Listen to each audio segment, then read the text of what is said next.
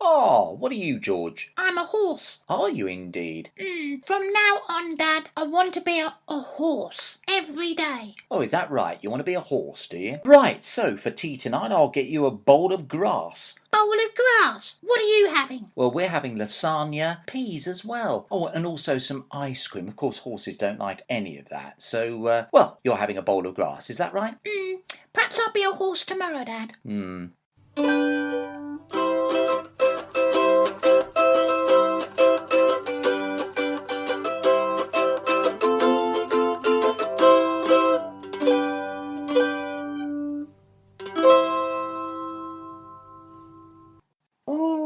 Oh, hi, George. What's the problem? You look really angry, Dad. Well, I'm fine. I'm not angry at all, George. Are you sure? Absolutely. I haven't been angry for ages. Not for at least a couple of days.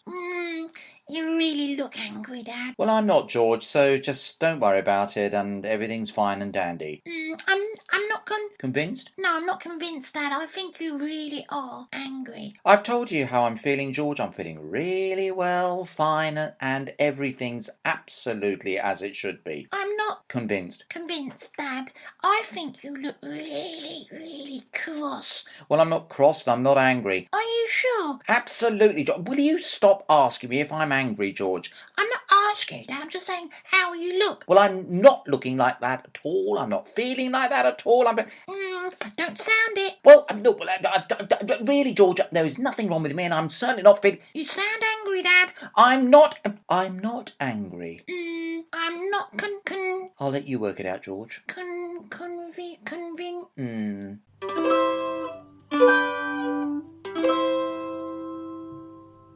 Oh no, Dad. What? A fly just flew into my ear. Oh no, that must be so uncomfortable, George. Do you want me to have a look? No, it's all right, because it flew through my brain and then out through the other ear. It flew out. I know, I heard you, George, but I can't really think that would happen unless you had one fly in one ear and another fly in your other ear, which is highly unlikely.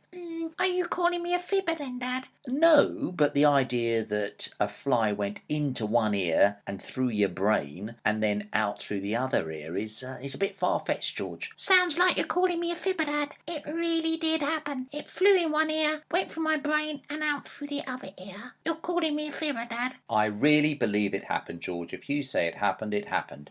Well, it did happen, Dad. It really did fly in my ear, go through my brain and out through the other ear. I'm sure it did, George, and it's often happened to me. Really? Oh, yes, I've had loads of flies flying in one ear and flying through my brain and out through the other ear. Oh, it happened at least once a week. Sounds really painful if it happens that often, Dad. Well, you know, you just get used to it after a while, don't you? Yeah, but it happened really quickly. These things do, George, but anyway, we better get on.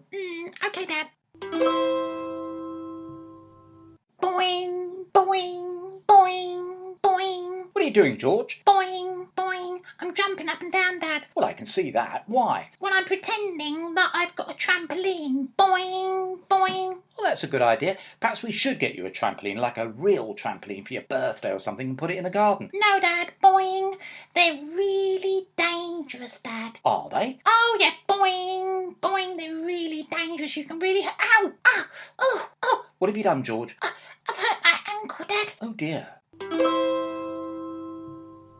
Who's that man standing at the door, Dad? It's the postman, George. What's that creaking noise coming from upstairs? It's your mum standing on the landing, George. I think I saw something on the counter in the kitchen, Dad. It's a lump of cheese, George. Doesn't anything scare you, Dad? No, not really. Not much, George. There's a spider in my bedroom, Dad. What? A spider? Right. I'll get your mother to deal with that one, George. Thanks, Dad.